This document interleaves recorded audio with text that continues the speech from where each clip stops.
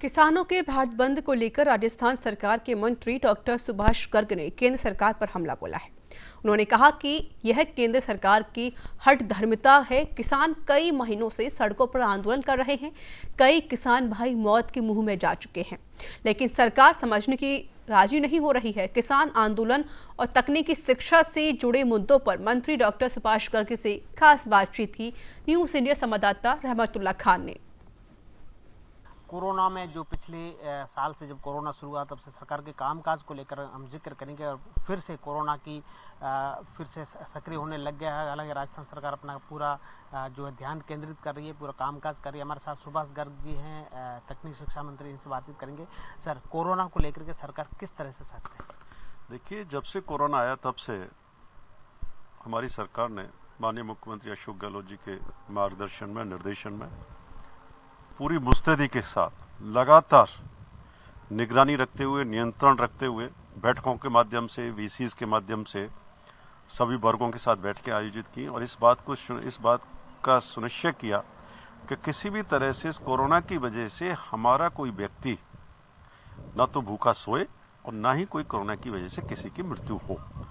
और उस प्रबंधन को न केवल प्रदेश में सराहा गया, प्रदेश की आम जनता ने सराहा, बल्कि खुद हमारे भारत के प्रधानमंत्री श्री नरेंद्र मोदी जी ने भी उस प्रबंधन की तारीफ की।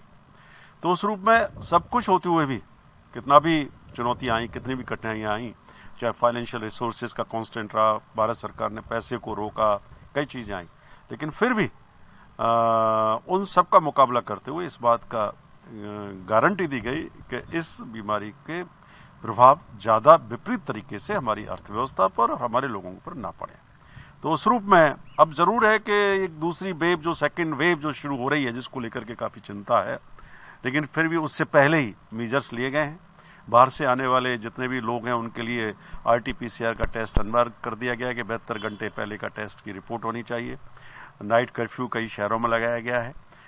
इस बात की पाबंदी की गई है कि शादी, विवाहों, आयोजनों में, धार्मिक, उनमें 200 से अधिक व्यक्ति नहीं होंगे।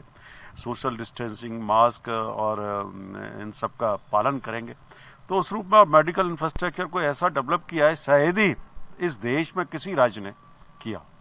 सर, किसान लगातार सड़कों पर है और भारत बंद का आह्वान क्या कहेंगे? देखिए, ये तो भारत सरकार की हठधर्मिता है कि किसान कितने महीनों से सड़कों पर आंदोलन कर रहा है। कितने किसान भाई हमारे मौत के मुंह में जा चुके हैं। और जो काले कानून जो 3 भारत सरकार लेके आई थी, वो भारत सरकार जो लेके आई, उन काले कानूनों को लेकर के व्यापारी भी आंदोलनरत है। उनका भी जो है सपोर्ट किसान आंदोलन को है। सारे दल इसका विरोध कर रहे हैं, लेकिन इसके बावजूद ही भारत सरकार ऊपर कोई जू नहीं रेंग रही।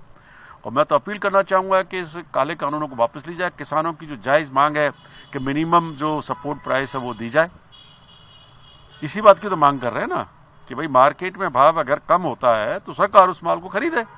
दूसरा, जो कॉन्ट्रैक्टिव फार्मिंग पे कोई फसल खराब हो जाती है, हल्की हो जाती है, तो उसकी सुनिश्चितता की गारंटी दे कि उसको पैसा उसी हिसाब से मिलेगा। इधर तीसरा क्या है, जो लोन है, वो जो खेतों पर जो लोन जो मिलता है वो नहीं मिल पाएगा। कॉन्ट्रैक्ट होने के बाद तो वो स्वामी हो गए एक तरह से, जिन्होंने लीज पे लिया है इस खेत को। तो इन चीज़ों को लेकर के जो आक्रोश है किसानों में, मैं समझता हूँ कृषि एक ऐसा क्षेत्र था, अभी भी है, जिसने कोरोना में सबसे ज़्यादा ग्रोथ रेट रखी प्रोडक्शन की। कृषि की जो विकास दर है ना, और कोरोना के दुष्प्रभाव को बचाए रखने में कृषि की बहुत बड़ा रोल रहा। इस चीज़ को समझना चाहिए। कृषि हमारी बैकबोन है।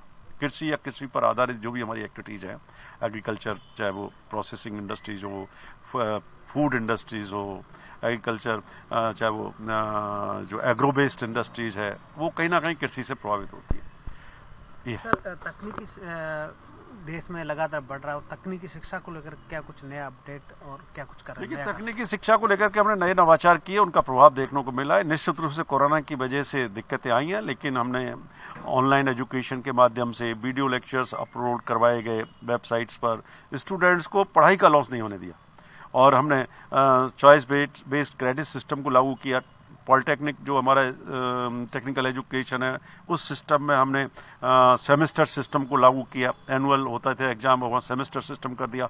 नए कोर्सेज आर्टिफिशियल इंटेलिजेंस को लेकर के, डाटा साइंसेस को, 3D टेक्नोलॉजी, रोबोटॉक्स, इन कोर्सेज को लागू किया। पेट्रोलियम इंडस्ट्रीज के ऊपर भी पेट्रोलियम के कोर्सेज भी शुरू किए गए।